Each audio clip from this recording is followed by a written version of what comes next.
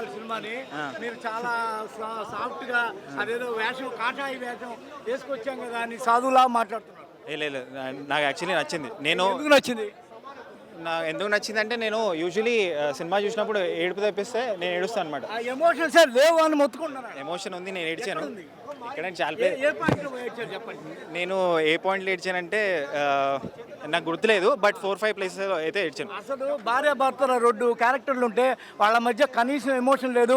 బాహుబలిలో ఉన్న ఎమోషన్లో పావు వంతు కూడా లేదు అంటున్నారు. యాక్చువల్లీ నాకు బాహుబలి 2 కంటే ఇదే బెటర్ అనిపించింది.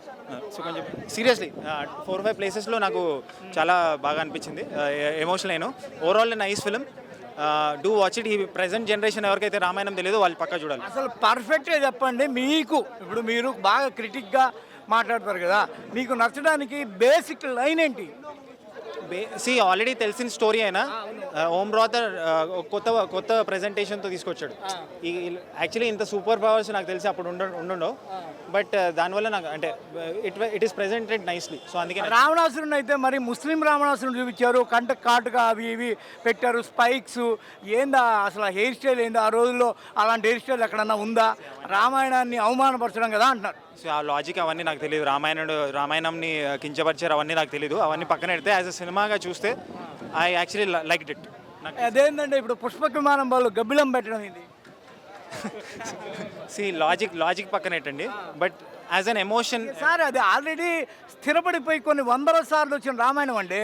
దానిలో ఉన్నవన్నీ బేసిక్సే తీసి మార్చేసి లాస్ట్కి ఇట్లా చేయడం ఏంది? అదే సో లాజిక్ పక్కన పెట్టండి, లాజిక్ గురించి మాట్లాడే, ఎందుకంటే నాకు తెలియదు కదా ఆ టైంలో ఎలా ఉండేది అంతా. So you can't debate about it.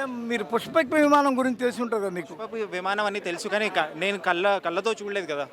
So అది నేను చెప్తుంది. So but as an emotion అదంతా బ్యాక్గ్రౌండ్ స్కోర్ కానీ ఫైట్స్ కానీ క్యారెక్టర్స్ పర్ఫార్మెన్స్ కానీ బజరంగ్ అని క్యారెక్టర్ ఉంటుంది హనుమాన్ది, ఆయన మస్తు చేశాడు. అసలు ఇది చిన్నపిల్లల రోలర్ కోస్టర్ రామాయణం అంటున్నారు.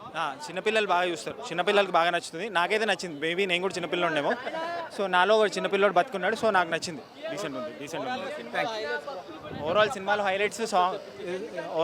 హైలైట్స్ సాంగ్స్, బజరంగ్ అనే character, Saif Ali Khan, Prabhas decent performance and emotion. Hi friends, మా టుడే టుమారో యూట్యూబ్ ఛానల్ చూస్తున్నందుకు చాలా థ్యాంక్స్. మరిన్ని లేటెస్ట్ వీడియోస్ కోసం వెంటనే సబ్స్క్రైబ్ చేయండి.